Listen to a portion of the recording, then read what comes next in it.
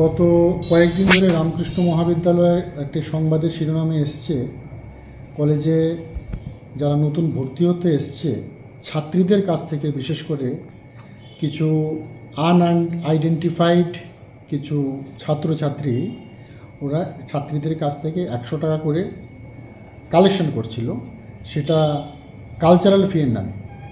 ঘটনাটাকে আমি একটু বলি।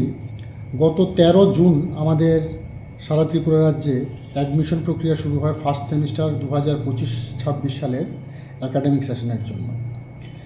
13 তারিখই আমার নজরে আসে কিছু স্লিপ আমার কাছে এসছে, যেগুলোর মধ্যে দেখা যাচ্ছে রামকৃষ্ণ মহাবিদ্যালয়ের লোগো ইউজ করে এবং রামকৃষ্ণ মহাবিদ্যালয়ের নাম ব্যবহার করে ছাত্রীদের কাছ থেকে 100 টাকা করে তোলা হচ্ছিল। এই জিনিসটি নজরে আসার পরেই আমি সঙ্গে সঙ্গে একটা ব্যবস্থা নিয়ে একটি নোটিশ আমি ইস্যু করি, যেখানে এই জিনিসটি ফেক এবং ছাত্রছাত্রী যারা আছে তাদেরকে, যারা ভর্তি হবে তাদেরকে এই ব্যাপারে টাকা দেওয়া থেকে বিরত থাকার জন্য আমি একটা নোটিশ জারি করি।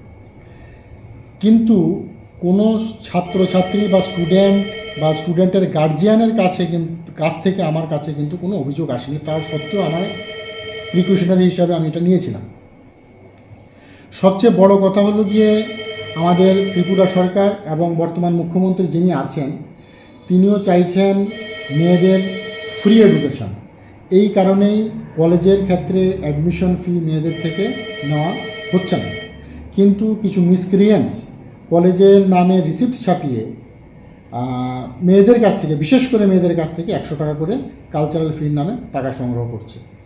আমরা এই জিনিসটি নিয়ে আমাদের যে কলেজের টিচার্স কাউন্সিল আছে ওনাদের সঙ্গে কথা বলেছি, বাইরের যারা পুলিশ অ্যাডমিনিস্ট্রেশন আছে ওনাদের সঙ্গে আমরা কথা বলছি, যাতে এই মিসক্রিয়েন্ট যারা আছে তাদেরকে আইডেন্টিফাই করা যায় এবং তাদেরকে যাতে আইনের আওতায় নিয়ে আসা যায়। তাছাড়া আজকে আমার কাছে এবিভিপি ছাত্র সংগঠনের তরফ থেকে একটি মেমোরেন্ডাম দেওয়া হয়েছে, যেখানে ওরা উল্লেখ করেছে যে বাইরের থেকে গত শনিবার দিন কিছু ছেলেপুলে এসে তাদের হেল্প ডেস্ক ভেঙে গেছে এবং তাদের কাউন্সিল রুমও নাকি ভেঙে গেছে। এখন ওই মুহূর্তে আমি না থাকার কারণে এবং ছাত্রছাত্রী যারা অভিযোগ করছে ওরাও নাকি ওদেরকে চিহ্নিত করতে পারেনি। তো সেই ব্যাপারে যাতে লিগ্যাল অ্যাকশন নেওয়া হয় ওরা আমার কাছে মেমোরেন্ডাম দিয়ে গেছে।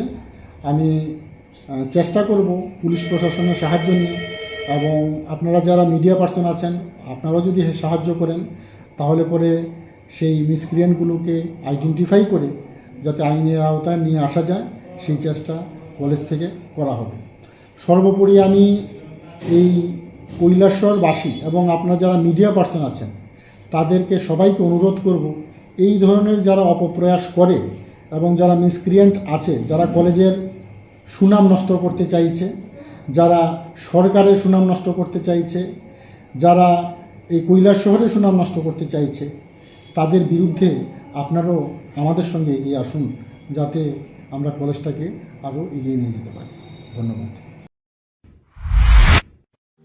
ইয়াশফা নিয়ে এসেছে ডিলারশিপ এবং ডিস্ট্রিবিউটরশিপের এক অভিনব সুযোগ।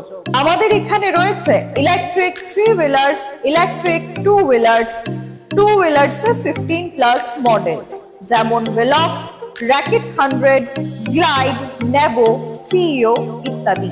আজই ডিলারশিপ এবং ডিস্ট্রিবিউটরশিপের বিষয়ে বিস্তারিত জানতে যোগাযোগ করুন ইয়াশফা অটোমোটিভ, মধুবন, কাঁঠালতলি মার্কেট, আগরতলা, পশ্চিম ত্রিপুরা, অথবা যোগাযোগ করুন 8826909147 অথবা 8130707041 নম্বরে, অথবা ভিজিট করুন আমাদের ওয়েবসাইট www.eyashfa.com।